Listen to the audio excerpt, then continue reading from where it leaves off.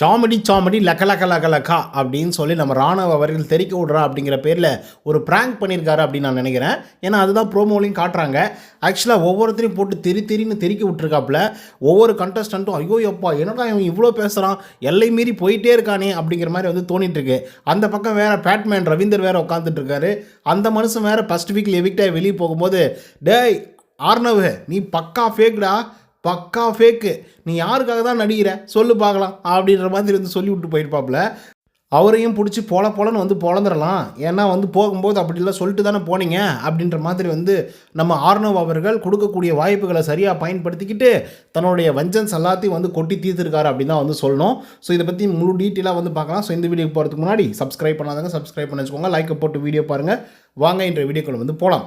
ஆக்சுவலாக இன்றைக்கி வந்து பார்த்தீங்கன்னா ஒவ்வொரு கண்டஸ்டண்ட்டாக, அதாவது எக்ஸ் கண்டஸ்டண்ட்லாம் உள்ளே வந்துட்டுருக்காங்க. ஃபஸ்ட்டு வந்தது வந்து சுனிதா, அதுக்கப்புறம் வர்ஷினி வெங்கட், அதுக்கப்புறம் நம்மளுடைய ஃபேட்மேன் வந்து வந்துட்டுருக்காரு. அவர் இப்போ லைவில் வந்து போயிட்டுருக்காரு. நிறைய அட்வைஸ் எல்லாம் வந்து கொடுத்துட்ருக்காரு. நான் பயங்கரமாக அட்மையர் பண்ணேன், அதை பார்த்தேன் இதை பார்த்தேன் அப்படின்னு சொல்லி ஒவ்வொருத்தர்கிட்டையும் வந்து சொல்லி பகிர்ந்து கொண்டு இருக்கிறார்.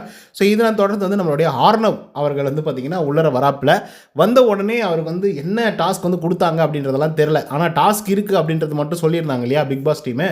டாஸ்க் இருக்குது, நீங்கள் வந்து கான்ஃபிக் பண்ணணும். அதுக்கப்புறம் வந்து பார்த்திங்கன்னா அதில் யார் பெஸ்ட்டாக 2 பேரை வந்து செலக்ட் பண்ணுறோமோ எக்ஸ் கண்டஸ்டன்ட்லேருந்து உங்களுடைய 2 பேர்லேருந்து தூக்கி ரீப்ளேஸ்மெண்ட் பண்ணிடுவோம் அப்படின்ற மாதிரி சொல்லியிருந்தாங்க இல்லையா. அந்த மாதிரி ஏதாவது டாஸ்க் அது கொடுத்து அனுப்பிச்சிட்டாங்களா என்னன்னு தெரில.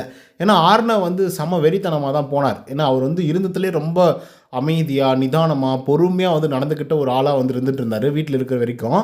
அதுக்கப்புறம் வந்து பார்த்திங்கன்னா சடனாக எவிக்டாக வெளியே போயிட்டாப்புல. ஆனால் அந்த மனுஷனை வந்து இவங்க குத்தி காமிச்சு விளையாடிட்டு இருந்தாங்க சொல்லப்போனால். அதாவது விஜய் விஷால், முத்துக்குமரன், அருண் பிரசாத், ஜெப்ரி, சத்யா, யார் அவர் என்னையா இந்த மாதிரிலாம் பண்ணின்னுக்கிறாரு அப்படிங்கிற மாதிரிலாம். ஆர்னவ் எல்லாத்தையும் வந்து தாங்கி கொண்டு அமைதியாக இருந்தால் எந்த இடத்துலையுமே வந்து தன்னுடைய கோவத்தை வந்து கண்ட்ரோல் இல்லாமல் விடவே கிடையாது.